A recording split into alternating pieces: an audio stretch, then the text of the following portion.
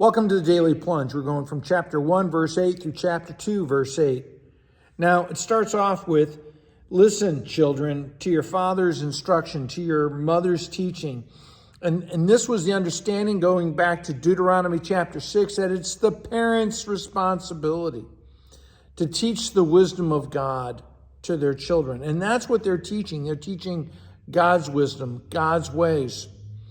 Now, it goes on to say, if you would do this, it'll be like a crown on your head, like a necklace around your neck, a pendant. It'll bless you. Verse 10, if sinful men entice you, don't give in to them. Don't consent. Don't give your will over to that which is wicked. And it talks about how these are basically bandits who cheat and consume their victims. They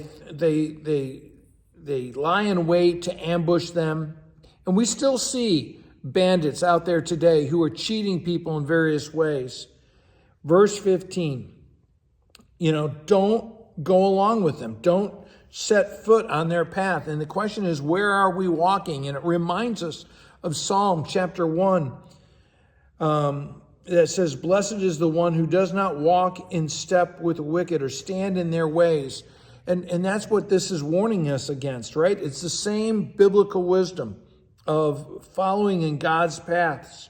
And jumping down to verse 20, he says, out in the open wisdom calls. In other words, out in public, the wisdom is being presented in the public square, on the top of the wall, at the city gate. This message is out there. Listen for it. And then verse 22, how long will you who are simple? Now, I think a better translation of that is shallow. And what does it mean to be shallow? That you live just for your own self-comfort, your own selfishness, for this world, for your materialistic comfort. And it says if you love those kind of shallow ways, you're not going to be blessed. He says, that mockers delight in mockery, and they're fools who hate knowledge, and that's the knowledge of God. And so I tried to get you back on path, he says, but you rejected my reproof. You wouldn't repent. And we think about how so many folks don't want to hear that they should come back to the Lord.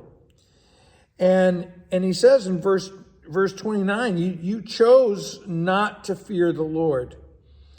And so, I'm going to laugh when you're overcome by the consequences of your own foolishness to follow the ways of the world. And because you chose not to fear the Lord, you're going to suffer anxiety and panic and distress and anguish. And then you'll finally get around to asking me for help, and I won't be around because you're going to be looking in the wrong places, right? As it says in down in verse 29, since they hated knowledge, they chose not to fear the Lord. They wouldn't go to the Lord to look for this wisdom.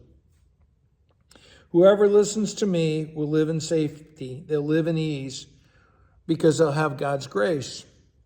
Now, chapter 2, he says, child, if you accept my words, if you store up God's commands, if you turn your ear to wisdom, if you apply this in your heart, if indeed you call out to God for insight, if you cry aloud to the Lord for wisdom and understanding, if you look to this as being a treasure, verse 5, then you will understand the fear of the Lord, then you will have find the knowledge of God. Verse 6, for God gives wisdom. It comes from his mouth, and he holds that in his hands. And that's the blessing of God's wisdom, that it comes from the Lord, and we should be praying for it.